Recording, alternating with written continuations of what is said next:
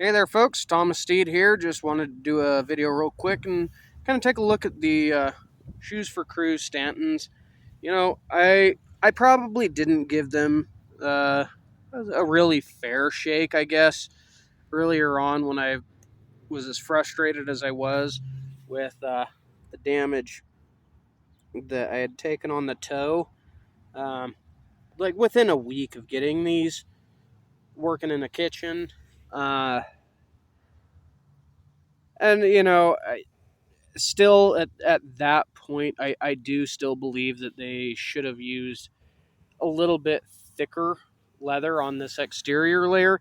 I really stand by that. But all in all, they are a pretty darn good shoe. It is a handmade shoe out of Portugal.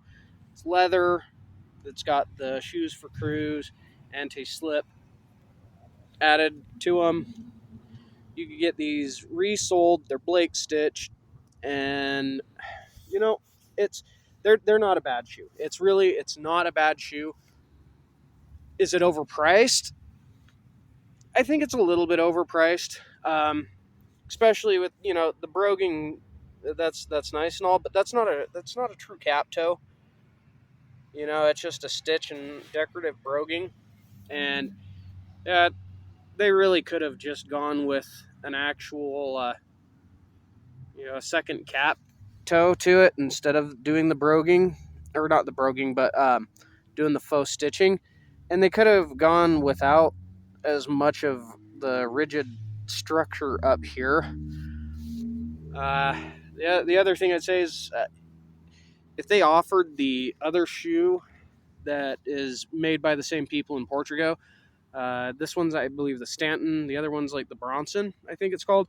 If they had that profile in black, I probably would have gone with that. It's a little bit more pointed, more almond shaped, rather than having this excessive square toe up here.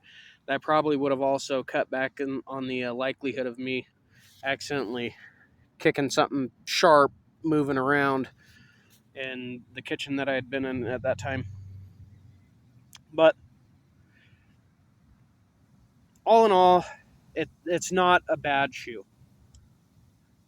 Little bit spendy for what it is. There could have been some other things that were done that, in my opinion, are cut corners that they really could have just done, especially at that price range. I mean, you're paying right there up at about what the prices you're looking at, Red Wing Heritage shoes and stuff for these. I mean, they're not as expensive as, either like, Frank's, Nick's, any of that you guys are more used to, me talking about on the channel, my Franks and all of that, other than Red Wings. But yeah, I just felt like it was probably appropriate for me to do another video on these, since I've been wearing them a little bit more commonly back in kitchens, working evening shifts and stuff. They've broken in really nice. They feel good on foot.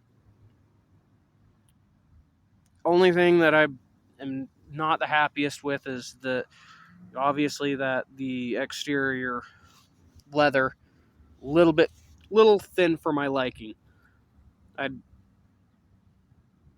but I wouldn't go as far as to say that I'd trade them in and get rid of them.